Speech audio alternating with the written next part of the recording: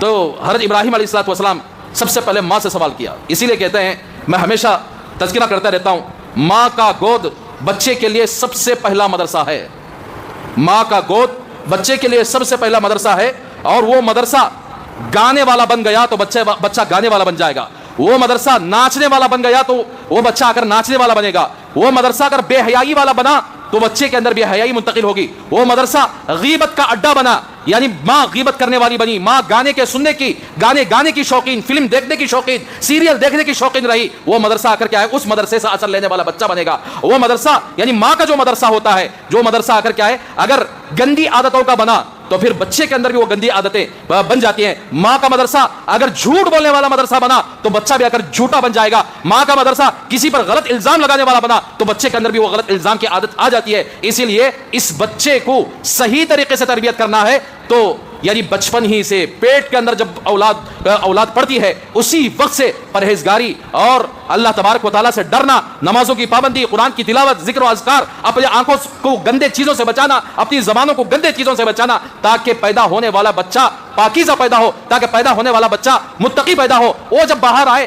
تو ذکر کرنے لگے, وہ باہر آئے قرآن کی تلاوت کرنا شروع کر دے, وہ باہر آئے نماز پڑھنا اس کے لیے آسان ہو جائے, وہ باہر آئے گانوں سے نفرت ہو جائے, فلموں سے نفرت ہو جائے, بے حیائی سے نفرت ہو جائے. تو جب ماں کا پہلا مدرسہ صحیح رہے گا, بچے کی اولاد, بچہ ہونے والا بچہ, اس کی تربیت بھی آسانی سے آگے بڑھ جائے گی. اگر پیدا ہونے والا یعنی پہلا مدرسہ ہی غلط آ گیا, چاہے آپ کسی بھی مکتب میں ڈال دو, چاہے کسی بھی جگہ چھوڑ دو, تو سمجھو کہ اس بچے کی فطرت بدلنے والی نہیں ہوتی, اس بچے کے طور و طریقے بدلنے والے نہیں ہوتے.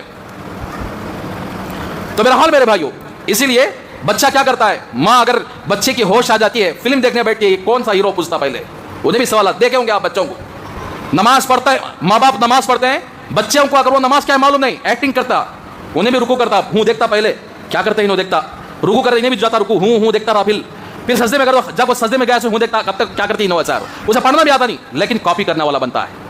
بچہ اگر بچپن سے اللہ تبارک و تعالیٰ نے اسے کاپی کرنے والا ذہن بنایا ہے, یہ جو آنکھیں دی ہیں کیمرے کے طور پر اللہ نے دی ہے, دیکھتا ہے ماں باپ کے کردار کو, ماں باپ کا کردار جیسا رہتا ہے, ماں کو گالیاں دیا اولاد کے سامنے, وہ گالیاں اس کے ذہن میں جا کر بیٹھ جاتی ہیں. باپ ماں کو آ کر کیا ہے برا بھلا کہا, لڑا, اور طرح طرح کی گالیاں دیا, وہ ساری چیزیں کیچ کرتا رہتا ہے, اور پھر جب بڑا ہوتا ہے تو وہی گالیاں اس کی زبان سے نکلتی ہیں. جیسے ماں باپ کرتے ہیں بچہ بچپن سے دیکھتا ہے, لیکن کرتا نہیں بچپن میں. جب اس کی عقل آ جاتی ہے, وہ سارا ریکارڈنگ جو اس نے کر رکھا ہے بچپن سے, وہ سارا کیا باہر ڈالنا شروع کر دیتا ہے. تو اسی لیے میرے بھائیوں, میں ہمیشہ کہتا ہوں, اولاد کو حلال پاکیزہ مال کھلاؤ, تاکہ تمہارے اولاد کے اندر بسنے والا خون حلال ہو, بڑھنے والا گوشت حلال ہو, تاکہ اس حلال خون اور حلال گوشت سے اسے آگے بڑھنے کے بعد ایک سچا انسان, سچا مسلمان بنایا جا سکے. اگر ہم نے اپنی اولاد کے خاطر, اپنے بیوی بچوں کے خاطر حرام مال سے آ کر کیا ہے کمایا, اور وہی بیوی بچوں کو ڈالا, تو پھر اس سے بڑھنے والا گوشت, اس سے پیدا ہونے والا خون حرام کا خون ہی رہے گا. اس سے نکلنے والے اعمال حلال نہیں ہوں گے, بلکہ حرام کاما اس سے شروع ہو جائے گے. تو حضرت ابراہیم علیہ الصلوۃ والسلام نے ماں سے سوال کیا, امی جان یہ سب کیا میں دیکھ رہا ہوں, سمجھ میں نہیں آ رہی بات, مجھے پیدا کرنے والا رب کون ہے؟ سب سے سوال, یہ سب سے پہلا سوال.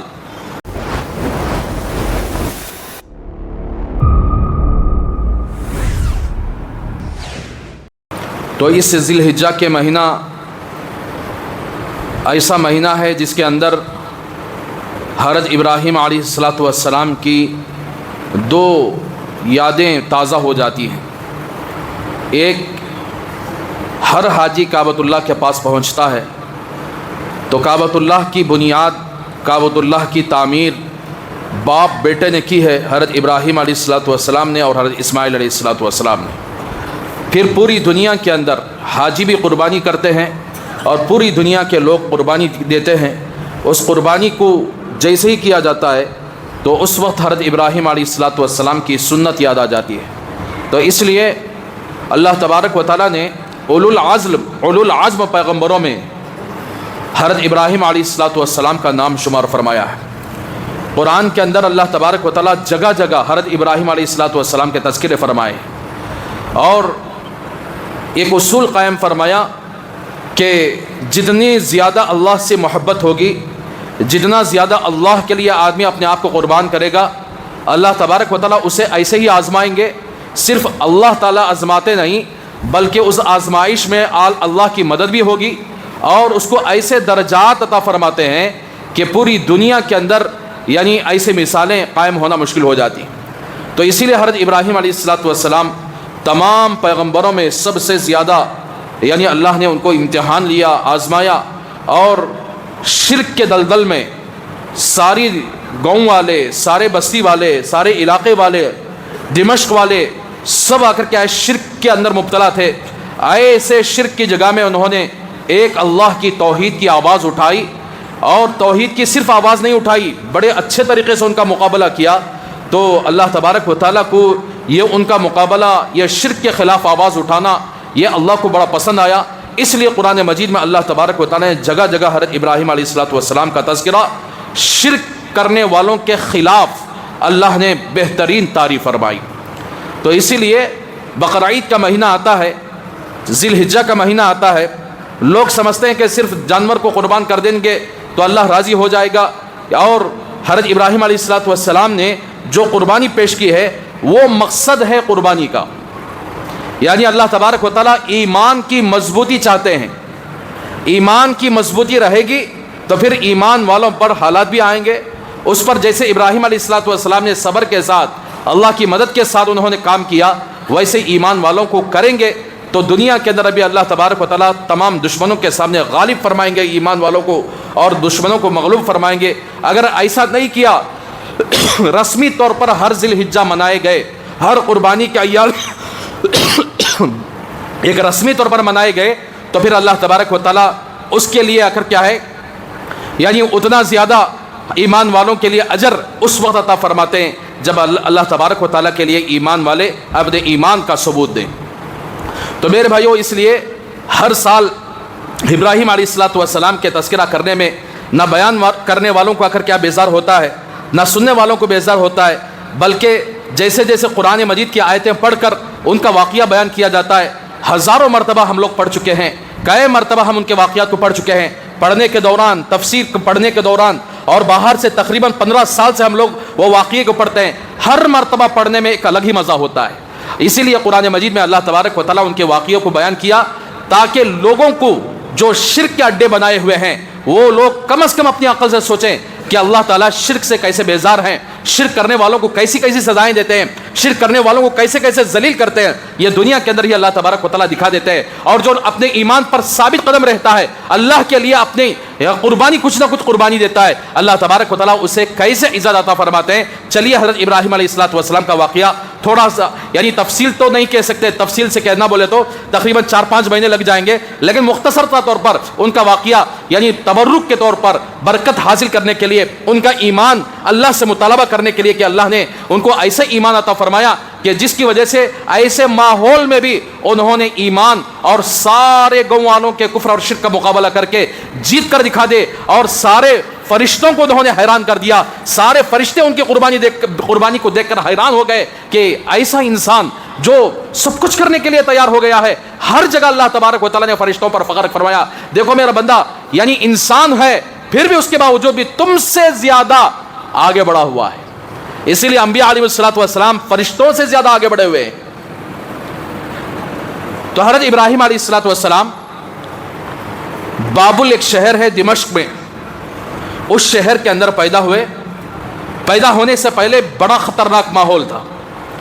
ان کا باپ حضرت ابراہیم علیہ السلام کا باپ مذہبی آدمی تھا، کٹروادی آدمی تھا، اور اس کا کام ہی کیا تھا، بتوں کو اپنے ہاتھوں سے بناتا اور اس کو لے جا کر بیچتا، اور نمرود کا پکا خادم تھا.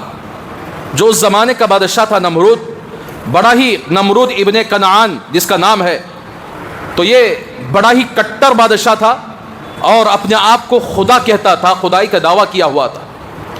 تو اس وقت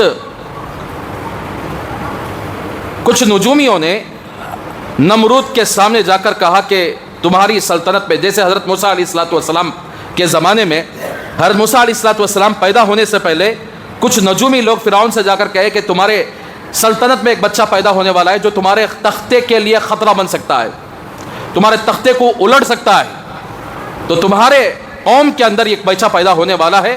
تو اس طرح نجومیوں نے یعنی نمرود کو جا کر کہا.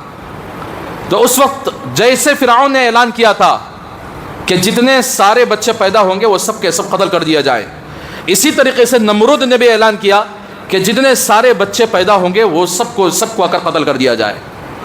تو جس طرح آج اسرائیلی لوگ، یہودی لوگ بچوں کا قتل عام کر رہے ہیں، یہ ان کا نمرود اور فرعون سے ایسا تعلق ہے کہ جس نے ایسے بچے ذبح کروائے ان کے دل کے اندر رحم کا مادہ تک نہیں تھا. اسی لیے آج ان کے دل کے اندر بھی رحم کا مادہ نہیں ہے. انسانیت کا کچا خون پینے والے، ان کے گھروں کے اندر نہ بیوی بچے اس بات پر ترس کھاتے ہیں کہ دیکھو تم مسلمانوں کو کیوں ذبح کر رہے ہو، بچوں کو کیوں ذبح کر رہے ہو، چھوٹے چھوٹے بچوں کو، معصوم بچوں کو غذا کے بغیر کیوں تڑپا رہے ہو. آج تک ان کے گھر کی عورتوں نے کبھی ان سے مطالبہ کیا؟ کچھ لوگ ہیں وہ تھوڑی سی آواز اٹھاتے ہیں، ان کی آواز اٹھانے سے کوئی فرق پڑنے والا نہیں. یہ ایسے ظالم لوگ ہوتے ہیں کہ بچوں کو بھی ذبح کر دے، ان کے دل پر کوئی آنچ تک نہیں آئے گی، ان کا دل ترستا بھی نہیں ہے. جیسے نمرود نے، فرعون نے اپنے زمانے کے اندر اپنے تخت کو بچانے کے لیے، اپنی کرسی کو بچانے کے لیے ہزاروں بچوں کو ذبح کروایا. ابراہیم علیہ السلام کی ماں جب حمل سے تھی تو اپنے شوہر سے کہا کہ میں حمل سے ہوں، کیا کرنا ہے. اب پکا خادم ہونے کے باوجود بھی اپنا معاملہ الگ ہوتا ہے، باہر کا معاملہ الگ ہوتا ہے. تو اس نے کہا کہ کسی بھی طرح بچا کر اس کو تو جنم دینا ہے. تو اس نے ابراہیم علیہ السلام کی ماں نے کیا کیا، سارے شہر کو چھوڑ کر جنگل کی طرف روانہ ہو گئی. جنگل میں ایک پہاڑ تھا، پہاڑ کے اندر کے غار تھا، ایک گوی تھی، اس غار کے اندر چلی گئی اور اسی وقت حضرت ابراہیم علیہ السلام کی ولادت ہوئی. آپ کا ختم مبارک اس غار کے اندر آیا. جیسے ہی آپ پیدا ہوئے تو سارا غار نور سے منور ہو چکا تھا. اور ابراہیم علیہ السلام کی ماں بڑی حیران ہوئی کہ ایک اندھیرا تھا، اندھیرے سے جا کر اتنا نور کہاں سے آ گیا، اتنی روشنی کہاں سے آ گئی. اس لیے کہ اللہ تبارک و تعالیٰ حضرت ابراہیم علیہ السلام کو ایسے گھرانے میں پیدا فرمایا جس گھرانے کا ماحول بھی شرک پر بنا ہوا تھا. شرک ایسا خطرناک ان کے گھر میں موجود تھا جو سارے بابل کے اندر، سارے دمشق کے اندر ان کا چرچا تھا. یہ خود اپنے ہاتھوں سے بتوں کو بناتے تھے اور یہ بڑے مشہور بھی تھے. تو اب بچہ پیدا ہوا، ماں نے کیا کیا، اس بچے کو وہیں پر چھوڑ کر غار کا منہ تھوڑا سا بند کر کے شہر واپس آ گئی. کسی کو پتہ بھی نہیں چلا کہ اس کے یہاں بچہ پیدا ہوا. لیکن اسی لیے کہتے ہیں جیسے موسیٰ علیہ السلام پیدا ہوئے تو اللہ نے موسیٰ علیہ السلام سے کہا تھا کہ تم فکر کرو نہ، میں اس بچے کو اسی دشمن کے گھر میں رکھ کر پالوں گا. اللہ نے فرعون کے گھر میں رکھ کر حضرت موسیٰ علیہ السلام کو پالا ہے. یہ اللہ کی قدرت ہے. تو اسی لیے ہم اللہ کی، یہ ذی الحجہ کا مہینہ اللہ کی قدرت کو پہچاننے کا مہینہ ہے. یہ ذی الحجہ کا مہینہ اللہ کی وحدانیت کو دل سے 100% یقین کرنے کا مہینہ ہے، جس کے اندر حضرت ابراہیم علیہ السلام کی ڈھیر ساری قربانیاں موجود ہیں. تو میرے بھائیوں، 5 یا 7 سال اس غار کے اندر حضرت ابراہیم علیہ السلام زندگی گزارے. دودھ پینے کا مسئلہ تھا، جبرائیل علیہ السلام کے ذریعے سے اللہ تبارک و تعالیٰ نے حضرت ابراہیم علیہ السلام کے دودھ کا بھی انتظام فرمایا، غذا کا انتظام فرمایا. پھر اس کے بعد جب 5 یا 7 سال کے بعد جب غار سے باہر نکلے، دیکھا کہ اب تک وہ غار میں تھے، نئی دنیا یعنی ماں کے پیٹ میں اندر تھے. ماں کے پیٹ کا اندر کا حصہ بھی اگر اندھیرا ہوتا ہے، جب ماں کے پیٹ سے باہر آئے غار کے اندر کا یعنی حصہ بھی اگر بالکل اندھیرا ہوتا ہے. انہوں نے زندگی گزاری ہے، لیکن جب غار سے باہر آئے تو کیا دیکھتے ہیں کہ دنیا عجیب نظر آنے لگی. آسمان کو دیکھا، ستاروں کو دیکھا، زمین کو دیکھا، اگنے والے درختوں کو دیکھا، چیر پھاڑ کھانے والے جانوروں کو دیکھا. یہ سب عجیب عجیب چیزیں نظر آنے لگی. تو باپ جو آزر تھا بیٹے کو لینے کے لیے غار تک آیا، اور بیٹے کو لے کر جب جا رہا تھا طرح طرح کے سوالات حضرت ابراہیم علیہ السلام کر رہے تھے. یہ کون سا یہ کیا چیز ہے؟ تو باپ کہنے لگا یہ جھاڑ ہے، فلاں پھل اس میں لگتے ہیں، یہ پتھر ہے، یہ فلاں چیز ہے، یہ فلاں چیز ہے، یہ اوپر کیا چمکنے والا کیا، یہ سورج ہے، یہ کیا ہے، آسمان ہے. اس طرح کے طرح طرح کے سوالات حضرت ابراہیم علیہ السلام کر رہے تھے، اور باپ تسلی کے ساتھ اس کو جواب دیتا تھا یہ چیز ہے، یہ چیز ہے. پھر اس کے بعد حضرت ابراہیم علیہ السلام کے سوالات ایسے ہی نہیں رکے، بلکہ سوالات کا تانتا انہوں نے باندھ دیا. تو چنانچہ 7 سال کا بچہ جب یعنی اتنا ہوشیار ہوتا ہے، اچھے اور برے کی تمیز اس کے اندر آتی ہے. جب گاؤں کے اندر حضرت ابراہیم علیہ السلام پہنچے، کیا دیکھتے ہیں؟ طرح طرح کے بتیں لوگ بنا کر بیچ رہے ہیں،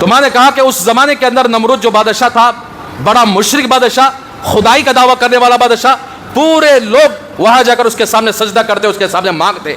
تو اس نے برملا کہا کہ نمرود بلکہ سارے بابل کے شہر کے لوگوں کا رب اگر نمرود ہے تو پھر سوال کیا نمرود کا رب کون ہے؟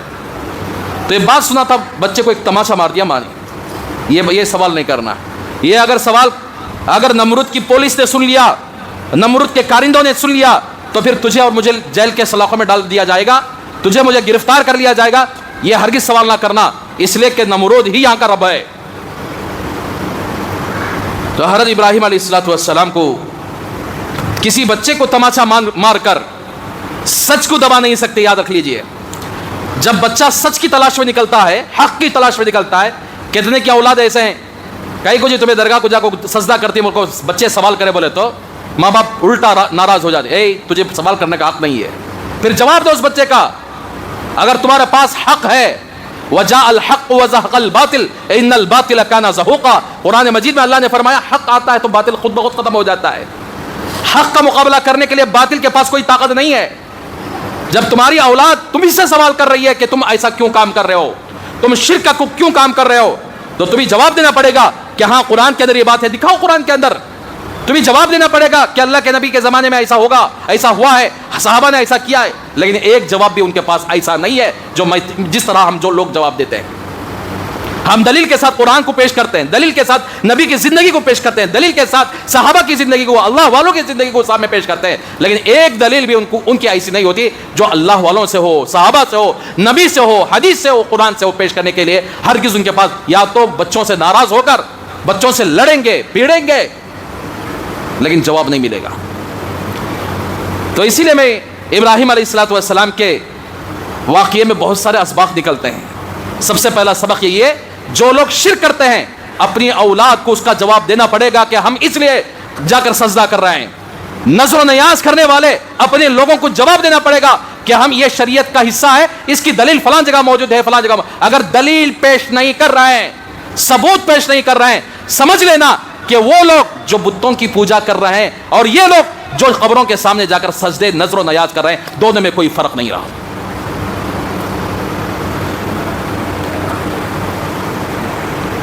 تو میرا حال میرے بھائیوں، ماں کو غصہ آیا، تماچا مار دیا، دوبارہ ایسا سوال نہیں کرنا حضرت ابراہیم علیہ السلام. تو اب حضرت ابراہیم علیہ السلام باپ شام میں آئے، ماں نے ساری کارگزاری سنائی، باپ بٹھا کر کہا کہ بیٹا یہاں نمرود کا راج چلتا ہے، یہاں زبان نہیں کھولنا. یہ سوالات اگر گھر میں کر لیا تو ٹھیک ہے، باہر ہرگز یہ سوالات نہیں کرنا ہے. تو حضرت ابراہیم علیہ السلام کو ماں باپ کی یہ بات ہرگز ہمارے زبان میں بولتے نہیں، سمجھ میں نہیں آیا، سیٹسفائی نہیں ہوئے گھر کو، سیٹسفائی وہ نہیں کر سکے ماں باپ دونوں تو مل کر حضرت ابراہیم علیہ السلام کو. اس لیے کہ اللہ تبارک و تعالیٰ حضرت ابراہیم کو نبی بنانے والے ہیں، نبوت دینے والے ہیں، اس لیے وہ شرک کو کبھی قبول نہیں فرمائیں گے. اب باہر گھومنے لگے، کوئی ان سے 7 سال کے بعد کا وقت، 7 سال کے بعد ہر چیز نئی نئی نظر آنے لگی، ہر چیز. اب ان کے دل و دماغ کے اندر وہی سوالات، میرا رب کون ہے، ساری کائنات کا رب کون ہے، سارے پیدا کرنے والے کا رب کون ہے. قرآن مجید میں سورہ انعام کے اندر اللہ تبارک و تعالیٰ بڑے پیارے انداز کے اندر، ایک مرتبہ ساری قوم کھڑی ہوئی تھی، رات کا موسم تھا. وَكَذَلِكَ نُرِي إِبْرَاهِيمَ مَلَكُوتَ السَّمَاوَاتِ وَالْأَرْضِ وَلِيَكُونَ مِنَ الْمُوقِنِينَ. اسی طرح ہم نے ابراہیم کو آسمان اور زمین کے قدرتیں دکھائے، عجائبات دکھائے، اور یقین کرنے والوں میں سے ہم نے ان کو بنایا، مضبوط طریقے سے یقین کرنے والے بنے. فَلَمَّا جَنَّ عَلَيْهِ اللَّيْلُ رَآ كَوْكَبًا. عام طور پر رات کے اندر لوگ ایک جگہ ملتے ہیں، بات چیت ہوتی ہے، گپ شپ ہوتی ہے. رات میں آ کر کیا ہے، بہت سارے لوگ آپس میں ملتے ہیں نا. ایسے مجمع کے اندر حضرت ابراہیم علیہ السلام گئے. فلما جن، اس زمانے کے اندر شرک کرنے والوں کی کیٹیگری زیادہ تھی. کوئی ستاروں کو پوجتا تھا، ستاروں کو پوجنے والے بتوں کو بھی پوجتے تھے، بتوں کو پوجنے والے ستاروں کو بھی پوجتے تھے، چاند کی بھی پوجا کرتے تھے، سورج کی بھی پوجا کرتے تھے، انسانوں کی بھی پوجا کرتے تھے، اور اپنے ہاتھ سے بنے ہوئے مٹیوں کی کیا پوجا کرتے تھے، پتھروں کی پوجا کرتے تھے. تو حضرت ابراہیم علیہ السلام کو ایک دن ایک رات گئے، بہت سارے لوگ موجود تھے. زور سے کہا مجمع کے اندر فلما جن علیہ اللیل رآ کوکبا. سارے لوگ آسمان پر ستارے, یہ ستارہ بارش برسانے والا, یہ ستارہ آ کر روزی دینے والا, ایسا ڈسکس چلتا تھا. تو اس وقت انہوں نے آنکھ اٹھا کر دیکھا ستاروں کے بارے میں بات ہو رہی ہے. فلما جن علیہ اللیل رآ کوکبا, حضرت ابراہیم علیہ الصلوۃ والسلام رات کے موقع پر ستاروں کو دیکھے. قال ھذا ربی, زور سے کہے یہ چمکنے والا ستارہ شاید میرا رب ہو سکتا ہے. ساری آسمان کالی ہے, یہ چمکنے والے ستارے ایسے چمک رہے ہیں, ہو سکتا ہے کہ میرا رب ہو. اب رات ختم ہو گئی, صبح وہ مجمع آیا, دیکھا کہ ستارہ غائب ہے. فلما جن علیہ اللیل رآ کوکبا قال ھذا ربی فلما افل قال لا احب الافلین. صبح میں وہی مجمع کے سامنے کہا بھائی رب کیا بولتے تھے نا, رات میں نظر آ رہے ہیں, غائب ہو گئے نا, میں غائب ہونے والوں کو اگر میں پسند نہیں کرتا, اسے رب نہیں مانتا. میں رب بولے تو 24 گھنٹے رہنا چاہیے, یہ غائب ہو گئے نا. تو لوگ ایک دم تعجب کی نگاہ سے دیکھے, یہ کیا بول رہا ہے بھائی, ہم زمانوں سے باپ داداؤں سے آ کر کیا ہے ستاروں کو اگر اپنا خدا مانتے ہوئے آئے. تو سب سے پہلی سیڑھی, سب سے پہلا کنفیوژن حضرت ابراہیم علیہ الصلوۃ والسلام نے ان کے دل و دماغ کے اندر ڈال دیا. پھر دوسری رات ہوئی, کچھ لوگ اس میں چاند کو پوجنے والے تھے. فلما رأى القمر بازغا قال هذا ربي فلما افل قال لئن لم يهدني ربي لأكونن من القوم الضالين. پھر دوسری رات تلاش کرتے ہوئے آئے لوگ, یہ چاند کتنی بہترین روشنی ہے, دیکھیے یہی ہمارا رب ہے. اس طرح آپس میں ڈسکس کرنے لگے. تو حضرت ابراہیم علیہ الصلوۃ والسلام نے دیکھ کر فرمایا ھذا ربی, یہ چاند ستاروں سے بڑا چمک رہا ہے, اس کی روشنی ستاروں سے زیادہ چمکیلی ہے, ہو سکتا ہے کہ یہ میرا رب ہو. اب رات بھر چاند نظر آئے گا, جیسے ہی دن ہوتا ہے دن کی روشنی میں چاند کی روشنی غائب ہو جاتی ہے, چاند غائب ہو جاتا ہے. صبح ہوئے وہی قوم آئی, دیکھا کہ چاند نظر نہیں آ رہا. فلما افل قال لئن لم يهدني ربي لأكونن من القوم الضالين. سارے مجمع کے سامنے کہنے لگے کہ جس چاند کی تم پوجا کر رہے ہو وہ چاند ابھی نظر نہیں آ رہا ہے. اگر میرا رب, جو بھی میرا رب ہو, جس نے مجھے پیدا کیا, جس نے اس چاند کو پیدا کیا, جس نے اس ستاروں کو پیدا کیا, اگر مجھے ہدایت نہیں دے گا, سیدھا راستہ نہیں بتلائے گا, تو میں گمراہ لوگوں میں سے ہو جاؤں گا.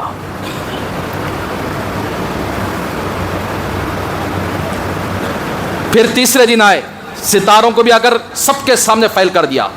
دل و دماغ کے اندر لوگ حیران ہو کر دیکھنے لگے, کئی زمانوں سے ہم چاند کی پوجا کریں, یہ کہہ رہا ہے کہ غائب ہو گیا ہے, غائب ہونے والوں کو میں خدا نہیں سمجھتا. تیسرے دن سورج کی پوجا کرنے والے بہت سارے لوگ ہوتے ہیں. تو سورج کی اسی لیے کہتے ہیں, جب سورج طلوع ہوتا ہے تو شیطان کے 2 سینگوں کے درمیان طلوع ہوتا ہے. لوگ سورج کی پوجا کرتے ہیں, اس کو اپنا خدا مانتے ہیں, تو اس وقت نماز پڑھنے کو مکروہ قرار دیا گیا. اس وقت نماز پڑھنا جائز نہیں ہے, کوئی سی بھی نماز. تو سورج کی پوجا کرنے والے آپس میں سورج کا ڈسکشن کر رہے تھے. تو ابراہیم علیہ السلام اس مجمع میں پہنچ گئے. کہا کہ فلما رأى الشمس بازغة قال هذا ربي هذا اکبر. سورج کو چمکتا ہوا دیکھا, لوگ سورج کے بارے میں ڈسکس کر رہے تھے. تو حضرت ابراہیم علیہ السلام نے جا کر وہاں کہا کہ یہ تو بڑا ہے اور سب سے زیادہ چمکیلا ہے, چاند سے زیادہ چمکیلا, ستاروں سے زیادہ چمکیلا, تو یہ بڑا بھی ہے, تو ہو سکتا ہے یہ میرا رب ہو سکتا ہے. جیسے جیسے شام ہوئی سورج بھی اگر غروب ہو گیا. فلما افلت قال یا قوم انی بریء مما تشرکون. جب شام سورج غروب ہو گیا, سارے مجمع کے سامنے حضرت ابراہیم علیہ الصلوۃ والسلام نے توحید کا اعلان کیا کہ میں تمہارے شرک سے بیزار ہوں, تمہارے شرک سے بیزار ہوں. انی وجہت وجہی للذی فطر السماوات والارض حنیفا وما انا من المشرکین. نماز شروع کرنے سے پہلے یہ نہ پڑھتے سم لوگ, نیت کرنے سے پہلے انی وجہت وجہی للذی, کیا آواز سے پڑھتی ہیں ذرا کبھی سوچے. یہاں نماز بھی پڑھتا ہے, وہاں درگاہ کے میں جا کر سجدہ بھی کرے, یا نماز بھی پڑھے وہاں کٹوں کے سامنے منت بھی مانگے, یا نماز بھی پڑھے جبکہ کہتا ہے کہ میں مکمل طور پر اللہ کی طرف متوجہ ہو رہا ہوں. کون سا اللہ؟ الذی فطر السماوات والارض حنیفا, جس اللہ نے آسمان اور زمین کو ٹھیک ٹھاک بنایا, کوئی مائی کلال آج تک نہیں پیدا ہوا کہ آسمان کے اندر کوئی عیب نکال کر دکھا دے. وما انا من المشرکین، اقرار کرتا ہے نماز پڑھنے سے پہلے میں شرک کرنے والوں میں سے نہیں، لیکن یہی آدمی جا کر ماتھا ٹیک دیتا ہے، یہی آدمی شرکیہ عقائد رکھتا ہے، یہی آدمی کفریہ عقائد رکھتا ہے. اسی لیے حضرت ابراہیم علیہ السلام نے برملا کہا کہ آسمان اور زمین کا پیدا کرنے والا ہی میرا رب ہے، چاند اور سورج کو پیدا کرنے والا میرا رب ہے، اور رات اور دن کو پیدا کرنے والا میرا رب ہے. میں تم جیسا شرک کرنے والا نہیں رہوں گا، میں شرک کرنے والوں سے بیزار ہوں.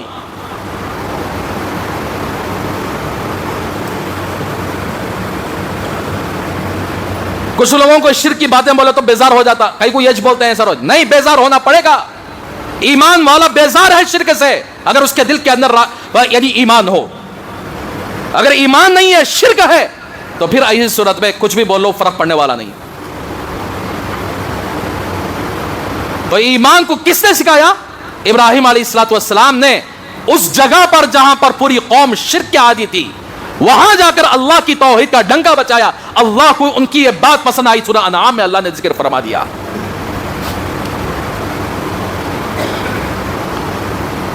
تو میرے بھائیو، اس سے اندازہ لگاؤ حضرت ابراہیم علیہ السلام کی توحید سے اللہ کتنے خوش ہوئے. اب سارے لوگوں میں ڈسکس شروع ہو گیا کہ کیا آدمی ہے، اتنا کھلا بول رہا ہے، ہمارے خداؤں کو کے خلاف بیزار ہے یہ، ہم جن جن خداؤں کو مانتے ہیں اس سے بیزار ہے یہ. تو اب یہ ساری کہانی آ کر کیا ہے، نمرود جو بادشاہ تھا اس کو جا کر اس کے کان میں اگر چاڑیاں بولنا شروع کر ڈالے. بھئی آزر ہے نا، آزر کے گھر میں اگر کون کی بیٹا کہتے ابراہیم کہتے نام اس کا، ہمارے ادمیان کے دین کے خلاف اگر بول کر بلّہ کون بھی بولتا ہے جو انہیں ایک جنج بولتا ہے، سو بولتے نہیں ایسا، کون بھی بولتے نہیں بھائی تم ایک جنج بولتے ہیں ایسا. اور ہر زمانے کے اندر اللہ تبارک و تعالی ہرگز حق کو چھپانے والے نہیں، قیامت تک حق ظاہر ہوتا رہے گا. اللہ کسی ذریعے سے کام لے لیتے ہیں، چاہے پورے لوگ مل کر اللہ کی بات کو سمجھ لے یا پورے لوگ مل کر اللہ کی بات کو انکار کر دے، اللہ تبارک و تعالیٰ کسی ایک آدمی کو اٹھا دیتے ہیں، ساری قوم کے خلاف اللہ تبارک و تعالیٰ آواز اٹھانے کے لیے توفیق دیتے ہیں. تو اس کے بعد نمرود کو غصہ آ گیا، اس نے پلان بنایا کیا کرنا ایسا.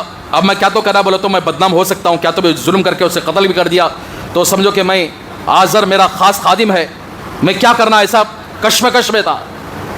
اب حضرت ابراہیم علیہ السلام سب سے پہلی سیڑھی پر انہوں نے کامیابی حاصل کی، اللہ کی وحدانیت کو پورے مجمع کے سامنے کھول کر بیان کر دیا اور ساری چیزوں کو باطل قرار دیا گیا کہ یہ سب کے سب اللہ کے پیدا کردہ مخلوق ہیں. ستاروں کو بھی اللہ نے بنایا، سورج کو بھی اللہ نے بنایا، چاند کو بھی اللہ نے بنایا، آسمان اور زمین کو بھی اللہ نے بنایا ہے. تو گویا وہ میرا رب ہے جس نے ان ساری چیزوں کو بنایا، تم اللہ کی بنائی ہوئی چیزوں کو خالق مان رہے ہو، رب مان رہے ہو. تو اس لیے میرے بھائیوں، ہمیشہ 5 منٹ روزانہ آپ وقت نکالیں اللہ کے سامنے آنکھ بند کر کے، یا اللہ جتنی بھی شرکیہ چیزیں ہیں، جتنے بھی شرکیہ اعمال ہیں، شرکیہ عقیدے ہیں، یا اللہ میں اس سے بیزار ہوں. ابراہیم علیہ السلام کی سنت ادا ہو جائے گی.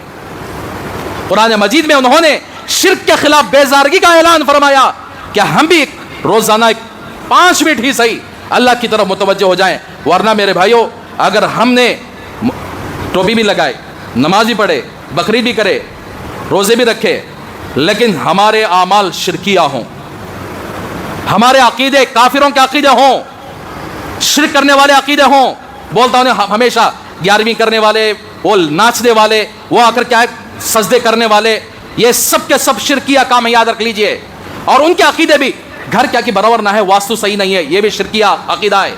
مجھے کیا ہو جاتا ہے، کیا کہ بلی آڑ آ گئی، شرکیہ عقیدہ ہے. یہ تمام شرکیہ عقیدوں سے توبہ کرو. ابراہیم علیہ السلام ہی نہیں ہے، 1,24,000 کم و بیش جتنے انبیاء آئے، زبان اٹھائے شرک کے خلاف. اٹھاؤ قرآن مجید، آپ اٹھا کر دیکھو. وَإِلَىٰ عَادٍ أَخَاهُمْ هُودًا قَالَ يَا قَوْمِ اعْبُدُوا اللَّهَ مَا لَكُم مِّنْ إِلَٰهٍ غَيْرُهُ وَإِلَىٰ ثَمُودَ أَخَاهُمْ صَالِحًا قَالَ يَا قَوْمِ اعْبُدُوا اللَّهَ مَا لَكُم مِّنْ إِلَٰهٍ غَيْرُهُ. اٹھاؤ قرآن مجید. خود انبیاء نے کیا فرمایا؟ ایک اللہ کی عبادت کرو، ایک اللہ کو اپنا رب مان لو، شرک سے اپنے آپ کو توبہ کر لو. تو پھر اللہ تبارک و تعالیٰ نے انشاءاللہ اگلے جمعہ آپ کے سامنے تفصیل سے بات ہوگی کہ حضرت ابراہیم علیہ السلام نے سب سے پہلی سیڑھی تمام قوموں کے اندر اللہ کی وحدانیت کو ثابت کیا. اس لیے میرے بھائیوں، ہمیں بھی چاہیے یہ مہینہ جو ذی الحجہ کا مہینہ آنے والا ہے، یہ مہینہ آ کر کیا ہے؟ اللہ کی کبریائی بیان کرنے کا مہینہ ہے۔ اسی لیے رسول اللہ صلی اللہ علیہ وسلم کی حدیث ہے، اس مہینے کے اندر تم تکبیر زیادہ کہو، اس مہینے کے اندر تم زیادہ الحمدللہ کہو، لا الہ الا اللہ کہو، اللہ کی کبریائی، اللہ کی بڑائی زیادہ بیان کرو، اس لیے کہ یہ وہی مہینہ ہے جس میں شیطان ذلیل و رسوا ہوگا۔ شیطان جب دیکھے گا سارے لوگوں کو اللہ معاف فرمائیں گے تو اس وقت اگر بڑا ذلت و رسوائی اسی کے مہینے میں ہونے والی ہے، تو اس لیے یہ مہینہ وہی مہینہ ہے جس میں اللہ کی توحید کو بیان کرنا ہمارے لیے ایک سعادت کی بات ہے، اس لیے کہ ہم اسی اللہ پر ایمان لائے ہیں اور اللہ کو گواہ بناتے ہیں کہ اللہ ہمارا ایمان موت تک، بلکہ موت بھی ہماری اسی ایمان کے ساتھ آئے، اسی ایک اللہ کو ماننے پر آئے، اسی ایک اللہ پر مان، جو عقیدہ ہمیں رسول اللہ صلی اللہ علیہ وسلم دے کر گئے ہیں اسی عقیدے پر ہماری زندگی گزرے اور اسی عقیدے پر ہماری موت آئے، اس کی کوشش کرتے رہے اور دعا کرتے رہے۔ روزانہ 5 منٹ نکال کر شرک کے خلاف اپنی بیزارگی کا اعلان اللہ کے سامنے کرے کہ اللہ میں شرک سے بیزار ہوں۔ کریں گے انشاءاللہ؟ بولو میرے ساتھ، یا اللہ ہم سب حضرت ابراہیم علیہ السلام کے سنت کے مطابق کہ قوم میں کھڑے ہو کر انہوں نے شرک کی بیزاری کا اعلان کیا، یا اللہ عقیدے کے اعتبار سے اور اعمال کے اعتبار سے ہم شرک سے بیزاری کا اعلان کرتے ہیں، یا اللہ ہم سب کو کامل ایمان نصیب فرما، رسول اللہ صلی اللہ علیہ وسلم جو ایمان ہمیں دے کر گئے ہیں یا اللہ اسی پر زندگی عطا فرما اور اسی پر موت عطا فرما۔ اللہ ہم سب کے اس اعلان کو قبول فرمائے اور اللہ ہم سب کو پوری زندگی شرک سے باز رہنے کی توفیق عطا فرمائے۔ آمین۔ وآخر الدعوانا الحمدللہ رب العالمین۔ جو حضرات سنتیں ہیں پڑھ لیں، سنت پڑھ لیں۔